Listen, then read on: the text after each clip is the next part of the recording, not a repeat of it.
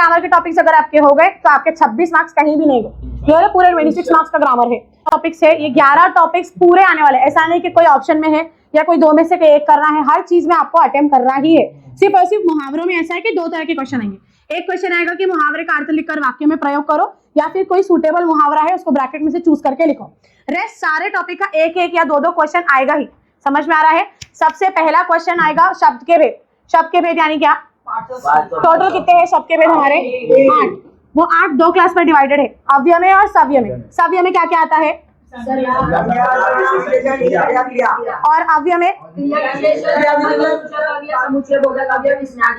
समुच्चय बोधक अव्यय यानी काल परिवर्तन। काल में कितने भेद है टोटल? 3 के कितने टाइप से? 9। सामान्य वर्तमान काल की एक विशेषता बताओ मुझे। सामान्य वर्तमान काल फैक्ट। यहाँ पर सिर्फ जो एक्शन वर्ड है वो मेंशन है, परफॉर्म नहीं हो रहा है। जैसे कि एक आदत बताना है, मोहन मुरली बजाता है। ठीक है, मेरा सेंटेंस है मोहन मुरली बजा चुका है, तो ये क्या हो गया? है वर्तमान काल, पूर्ण वर्तमान काल। सारी चीजें रिकॉल करके आएंगे। संधि, संधि कितने भेद है टोटल? 3। कौन से?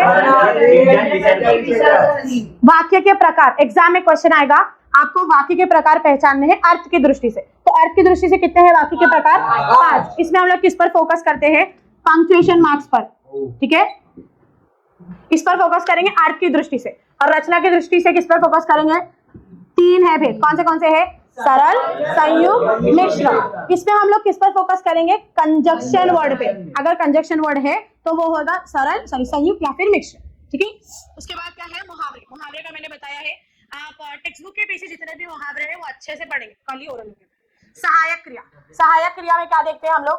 हेल्पिंग वर्ब, जो क्रिया को कंप्लीट करता है। इसकी पोजीशन कहाँ पर होती है? सेंटेंस के लास्ट में, एंड में होती है, क्रिया के बाद। कर्म कारक, जिस साधन से हो रही है कारण कारक। अगर कोई चीज अलग हो रही है तो अपादान कारक। अगर कोई जगह बता दी कि छत के ऊपर है तो क्या हो गया? संबोधन कारक। किसी को पुकार रहे हैं तो संबोधन कारक। उसके बाद विराम चिन्ह। उसके बाद प्रेरणार्थक क्रिया, सबसे इजी। प्रेरणार्थक क्रिया में किसको याद रखेंगे? 3%। कोई काम मैंने किया, कोई काम मैंने किसी से कराया, किसी को कहकर किसी से करवाया। समझ में आ रही बात? यानी आ की मात्रा और इधर व पे आ की मात्रा। ठीक है, खाना, खिलाना, सोना, रोना। क्लियर है सबको?